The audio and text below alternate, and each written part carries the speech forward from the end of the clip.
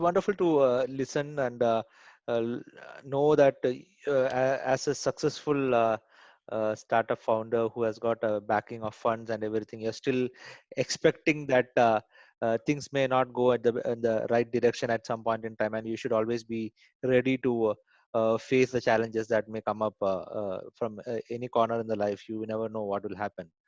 Yeah. Yeah. So taking that point, you then jump from your computer made easy to then you ended up moving to Silicon Valley, and then you became the go-to person in computers. So can you talk about that journey wherein you started playing around with your Commodore 64 and stuff like that? Yeah, so that's also, I think, a pretty interesting story, and maybe emphasizes how like stubborn I am.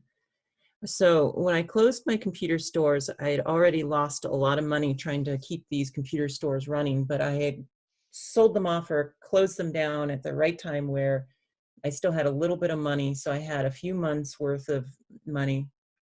I was still living in Oregon at the time, and I started traveling to Silicon Valley, which is by car, it's about a 12-hour drive. By airplane, it's a 2-hour flight. So I just got this crazy idea when my computer stores failed that I wanted to get into doing electrical engineering.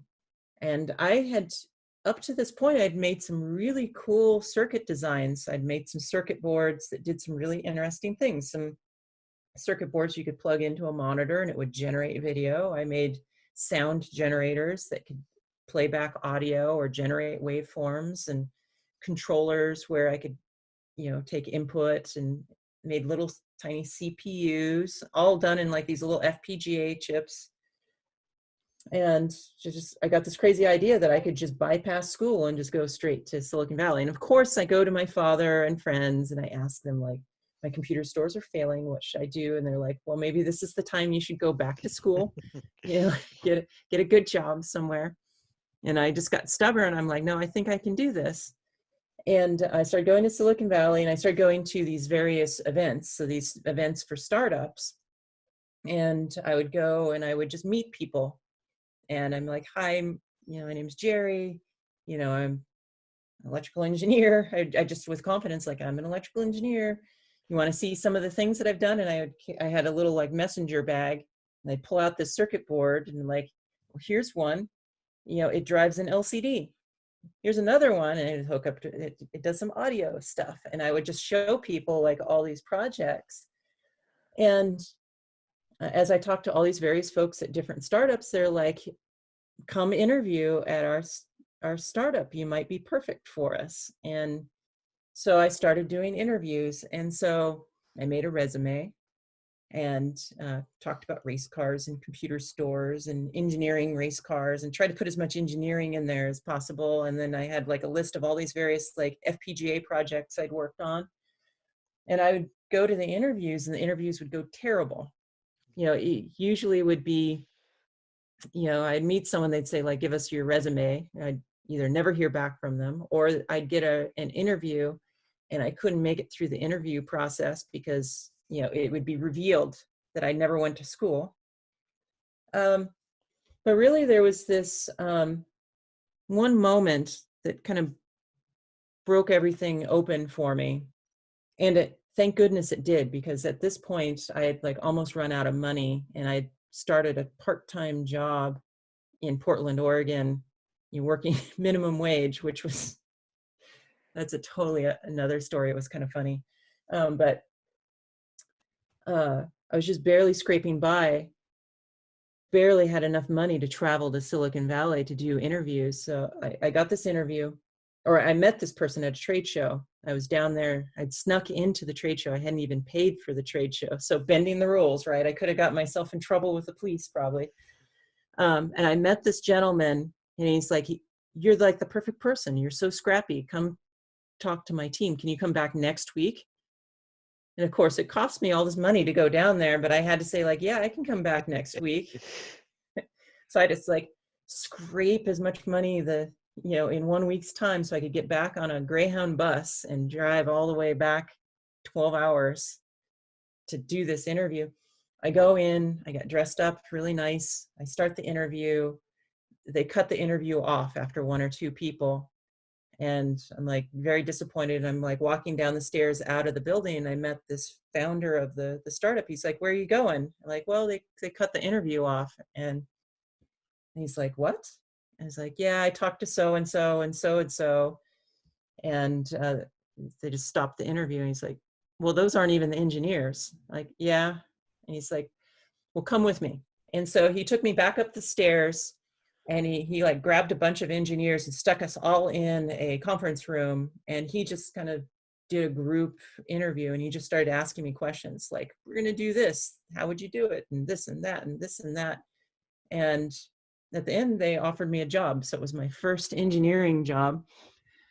And what was amazing was how cheaply I did it. um, I can't remember the exact amount of money, but it might have been somewhere between $12 and $15 an hour. But I was ecstatic to get a chance to do some engineering. If I remember right, the company was called Etherwire. It's been 20 plus years ago. Wow. And my task, they had this really cool chip that first responders could wear that would measure their heart rate, and it would transmit it back to like a mobile station. So like firefighters could, someone could watch them, make sure they're okay when they're going into a burning building. And I had to take their chip and interface it to a processor. And it was a lot of things that I'd never done before, but I was hell-bent to do the best job I could and do a fantastic job. So I worked overtime. I just day and night, I got it done. And that was kind of my first like jumping off point. And then from there, when I left that company, moved to started interviewing at other companies, like those engineers are like, "She's great. She does a great job." And then I built up this reputation.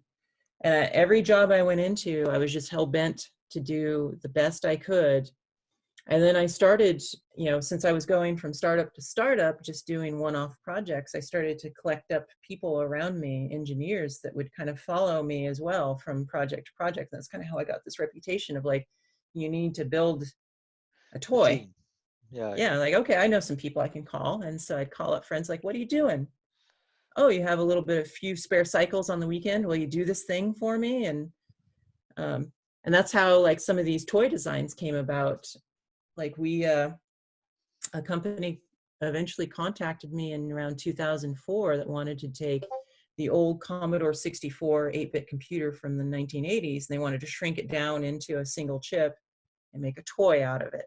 A toy that you could put some batteries in, plug it into your TV, and it had a built-in joystick, and you could play all your favorite games from 1984 or whatever. And so they contact me like, "Hey, can you do a custom chip for us?" Which I'd never done. I'd only done FPGAs before. And of course, this kind of bravado and confidence. I'm like, "Sure, no problem. I can do that." "Can you do it in 8 months?" I'm like, "Sure, no problem." And, I called up a bunch of mentors, people that worked in the chip industry, like, "Okay, I got to build a chip in 8 months. How do I do it?"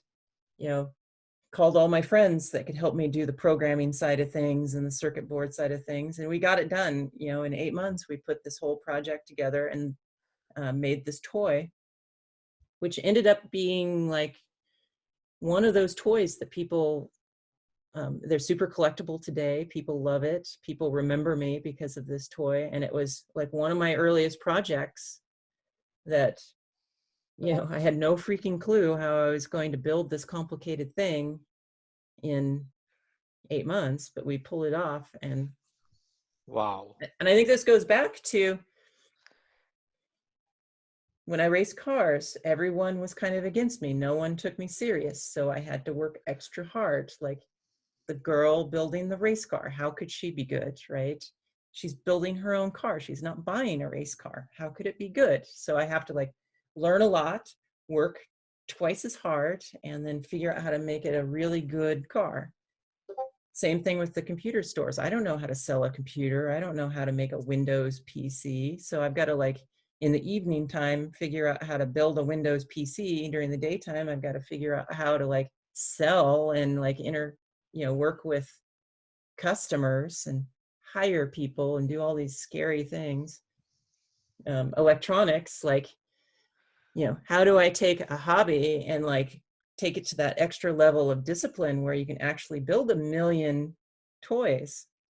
Like, it's, you just have to work 24 hours a day. Like, and that's how that project went. It's like during the day, like I'm working with the engineers, and during the night, I'm like teaching myself how to do chip design to try to stay ahead of like everything I had to do during that 8 months.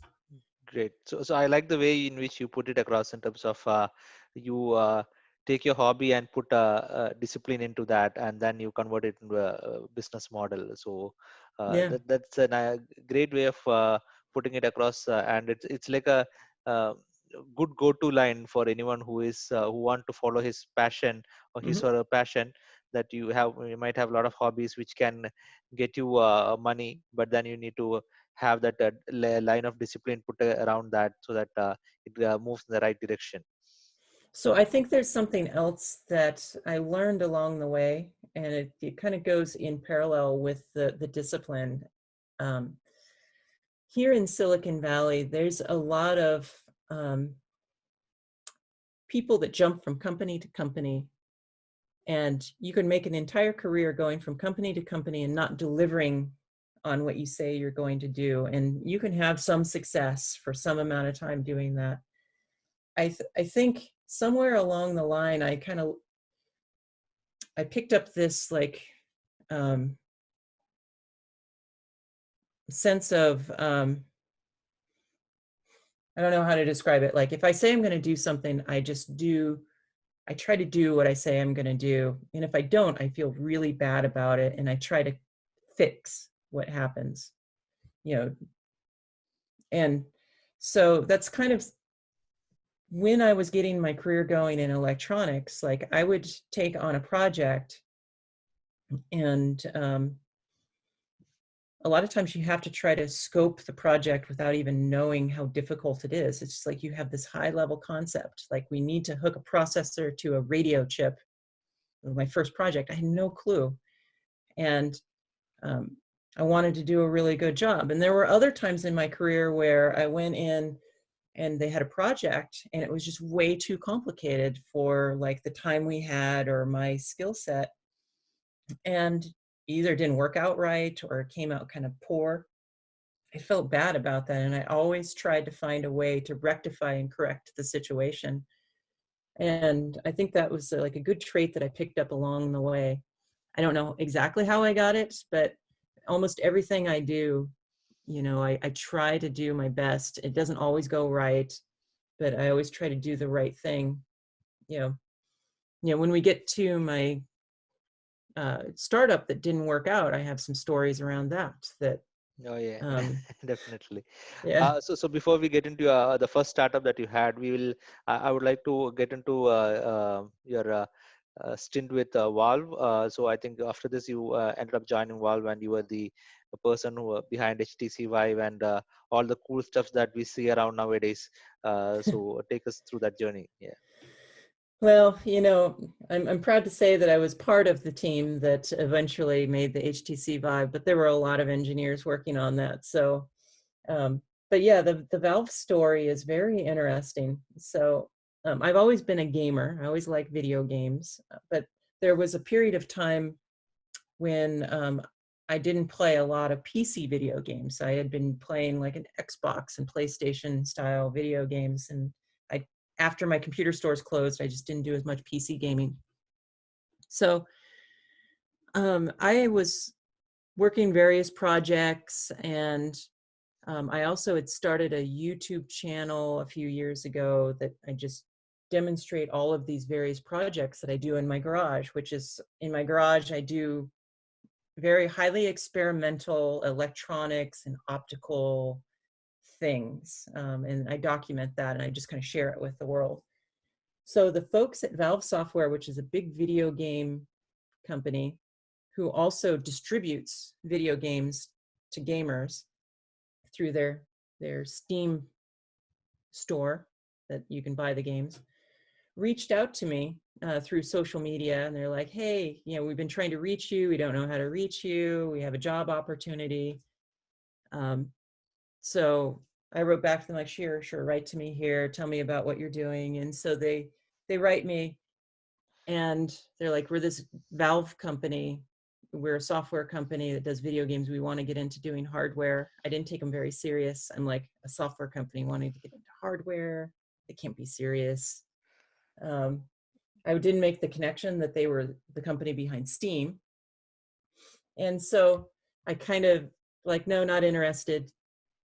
There's this hobby that I have where I collect pinball machines, like the ones with Yeah, steel I've been balls. tracking And that. Yeah, yes. yeah. So I collect pinball machines as a hobby.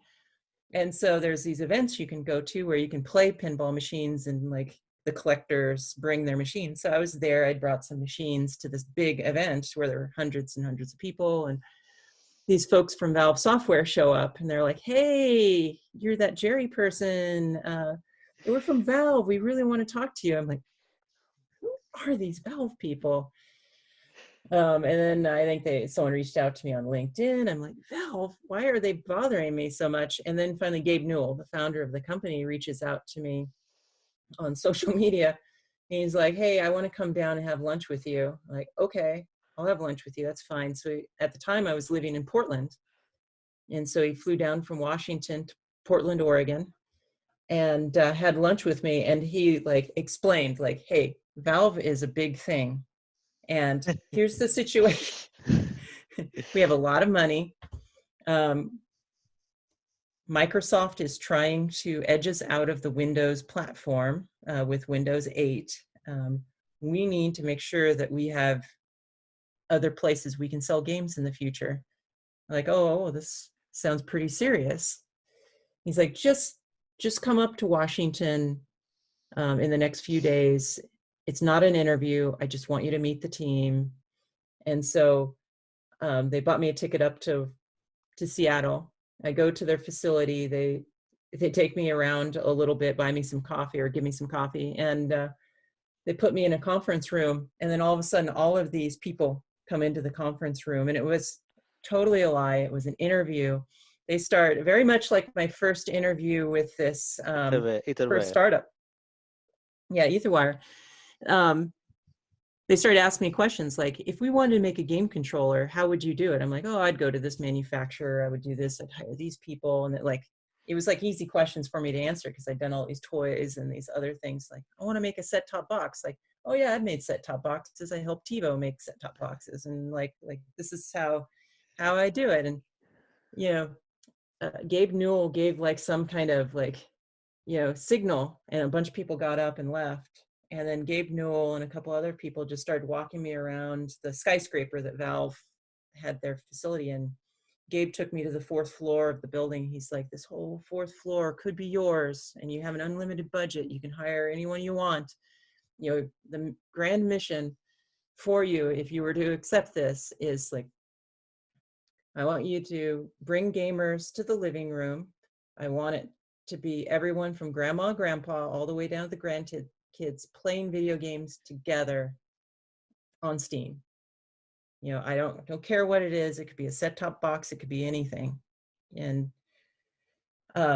also a kind of funny thing, they're like, flew me up for one day or one afternoon up there, and I was scheduled to go back. He's like, don't go home.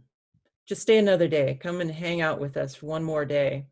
And I'm like, well, I didn't bring any clothing or toiletries. I'm just up here for the afternoon. He's like, don't worry, we'll figure it out. And so they took me to their swag room where they have t-shirts and stuff like that. They're like, well, here's some t-shirts. We'll drive you by a store if you want to buy some clothes, whatever, we'll buy you some clothes and some, toiletries and stuff like that. And that we got some toiletries. I'm like, well, okay, well, I'll buy some clothes. But the next day I showed up in a Valve Software shirt. I wasn't even hired at the time, nor 100% committed.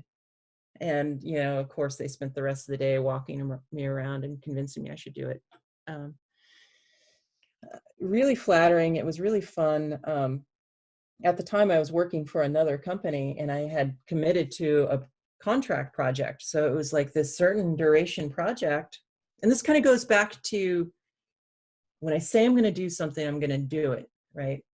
So I had committed to this company. I had to get this project done, but Valve Software wanted me to come work with them immediately. And I'm like, well, Valve, I can work part-time with you because I have to finish this project with this other company. And they kept saying like, well, maybe we can just buy you out. Like how much, like, can we just give them money to get you 100% focused on the project? I'm like, no, when I say I'm going to do it, I'm going to do it. And I worked overtime. I worked both jobs. I worked Valve and I worked this other contract. I got it done and completed. And then I started at Valve full time. It was pretty great. But we were given this mandate, like we had to bring the whole family together to play games. And what does that really mean? So I came up with this like idea, this kind of thesis of like the team that I had to put together. And so I thought to myself, it's like, okay, I need 1/3 researchers, people just doing fundamental science research on games and entertainment. I need 1/3 like people that can build things really fast, maybe kind of even like my skill set. And then I need like 1/3 like really good product people, people that know how to take a product from like concept all the way to manufacturing, which I also kind of straddle into that. And so that's what we started to do. We started building this like team of kind of those 3 different types of people and just put them all on the 4th floor of this skyscraper, which was so many fun stories of doing that. It was not a building that you should be doing hardware development in. So we're like trying to figure out how to get heavy machines on the 4th floor and, you know, get ventilation for like laser cutters and things like that. But we started all this fundamental research. So, you know, as we got started, it was like no holds barred. We are going to look at everything. And since we have pretty much an unlimited budget, we went out and we just poured lots of money onto the problem to try things. Some of the things that a group of people went off and tested is they were trying to read the game player's emotions and take those emotions and put it back into the game. So we had people hooked up to electrodes. We had like cameras looking at your eyes to see where you're looking at and reading your emotional state and then putting that back into games. That was super cool project and research that was going on. Turns out, yeah, if you read people's emotions, you can make games more fun. Yeah. The problem is you got to put stuff all over people, which is really difficult to do. And looks like there are people now doing serious work around that. Yeah, yeah. And it's actually, that's a whole different discussion. Like ethically, how do we deal with reading people's emotions and some really bad things? And thanks to this research that I did back then, now I think about that a lot. It's like you can do really bad things if you start reading people's emotions and use it to manipulate them. So making a game more fun is kind of manipulation.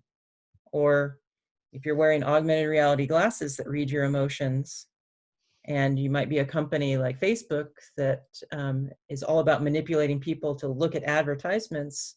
Like if you know what people like, you can easily manipulate them to do whatever you want. So some scary stuff coming in the future that, we're going to have to think about carefully as a whole industry. Other stuff we did at Valve, which was really cool. We got into VR and AR experimentation. We got into game controllers, some really amazing stuff. You just like the new Index controller was actually prototyped when I was there. It just took them this long to finally like make that style of like button controller. I actually worked on some of those projects. It was really fun. On the VR and AR side, we just went out and purchased like these super expensive military headsets.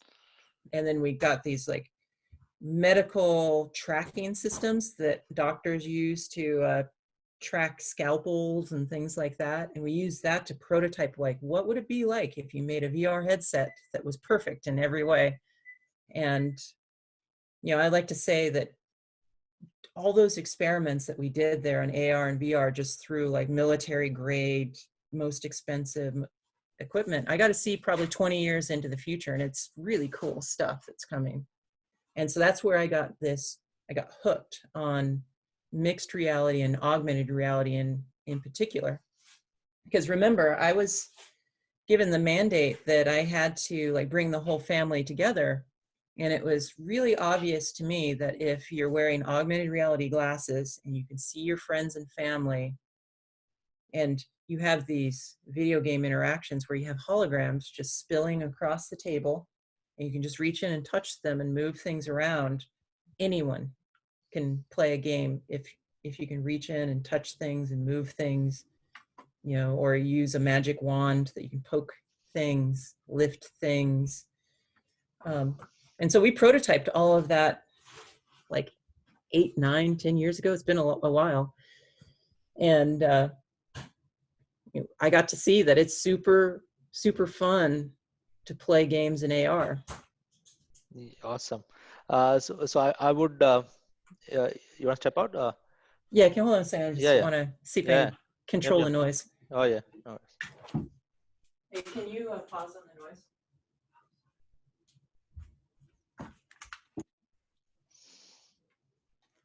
Sorry, there was just refrigerators and Oh, no worries, no worries, no things worries. banging, clanging. Yeah, no worries. It's what do you call? You were the one of the few people in the industry who actually got to put together the real products in AR and VR. Because AR and VR, people have been talking about augmented reality, virtual reality, mixed reality, and XR. This has been in news and in people's mind only in the last, let's say, 3 to 4 years, or maybe the last couple of years when people have been going all out and experimenting with these technologies. But it's good to know that you have been there right from the start, say 10 years back, and you have seen the way in which this can help the overall industry, not just one industry, but it has got a scope of scaling up and doing amazing things. Yeah, you know, I think that augmented reality or mixed reality, there's so many terms for it, is going to be so groundbreaking, and it's going to, you know, if done right, and if we do our, you know, if the industry does everything right, it's going to be a really positive thing in the world, and it's going to be a really amazing tool. And you know, I feel so fortunate. I worked at Valve Software where we made these contraptions. They were so big, you know, because we were strapping stuff together. It's like these giant things that we put on our head, but we could see like someday, like when we can make the really tiny glasses that are super thin and lightweight, this is what it's going to be like.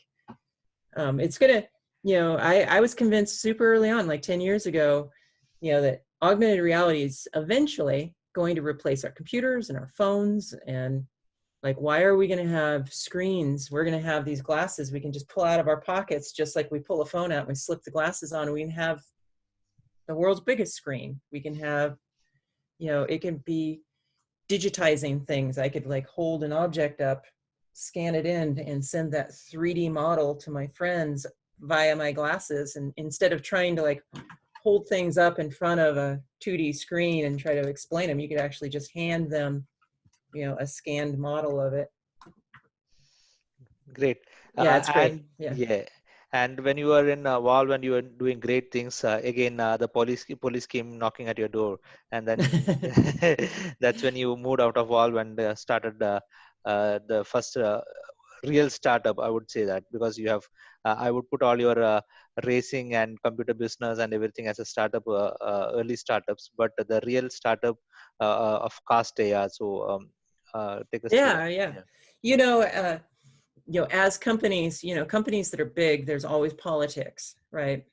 And as our team grew and got quite large, there was all of this politics of what should we do? Should we do a VR headset? Should we do an augmented reality headset? Should we do like an Xbox or PlayStation? Just fighting inside the company. And I was like, we should be doing augmented reality. It's fits our mission better. We had people that were like, no, we should do VR because it's easier. You know, some people are doing like, we should do a set-top box because, you know, We don't believe people will use VR or AR. And, a decision was made that they were going to go down the VR path and they weren't going to continue on the AR path. And so, folks that were associated with augmented reality projects just got cut from the company. But fortunately, the founder of the company, Gabe Newell, who hired me, I went to him and I said, I can't believe you're cutting the AR project. And in that meeting, I don't know what prompted me, but I said, you should just sell me that technology. And he's like, okay. Wow. And so that's how the startup began. It's like, I was mad. I was talking to Gabe Newell. I can't believe you did this. Well, actually, correction. I went through the full range of emotions talking to Gabe Newell. I'm like, first it started off, I was mad and firm. And then at one point I was like, I can't believe you're doing this. Like, it's such a good thing, to just at the spur of the moment, I'm like, towards the end, I'm like, you should sell it to me. And that's when he said, okay. And Wow. yeah. And so in that instant, it was like, okay, well, I've seen people do startups before. How hard could it be?